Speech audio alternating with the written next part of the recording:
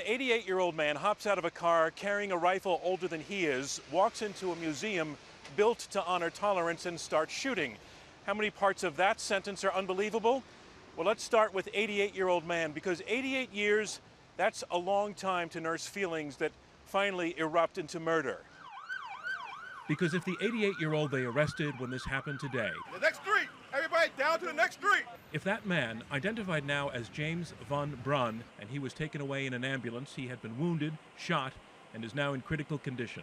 If he is, as believed, the same James Von Brunn who put up this website, devoted to, and you can see it's a quote, an expose of the Jew conspiracy to destroy the white gene pool, then he has been harboring these feelings for a very long time. By his own account, something like 40 years, during which he seemed to dream of some memorable and glorious act of violence. Okay, now, come on. Well, memorable perhaps, but the word is inglorious, because what is a softer target than a museum packed with families, as this place was when he entered around lunchtime today. It was jammed with tourists.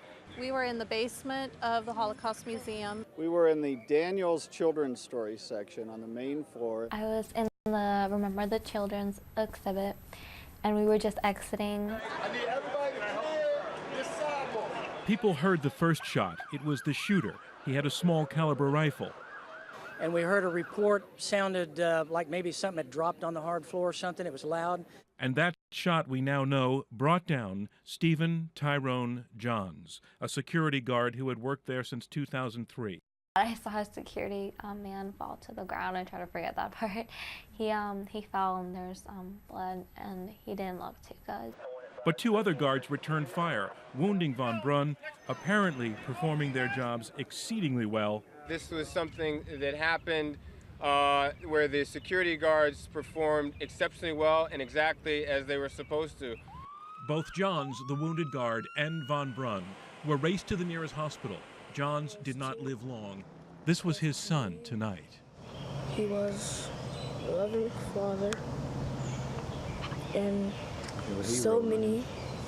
Think of him, think of him as a hero. Then he was also my hero.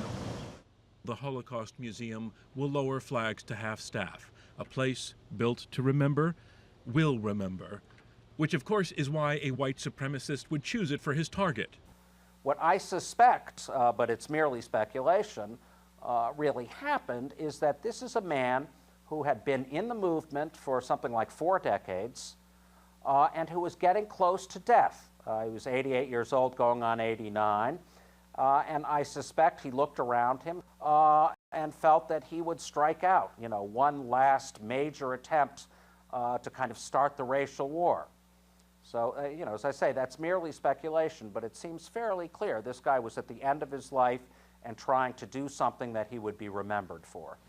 Von Brunn, in fact, had already done prison time for bringing a gun into the Federal Reserve Building in 1981, a failed mission to kidnap the Board of Governors of an institution he says was set up by Jews to destroy America. Again, we're talking about the Fed here. He was somebody who really was, at one time, quite well known. The reality, though, is that I've been doing this for 12 years, and his name has virtually not come up in that time.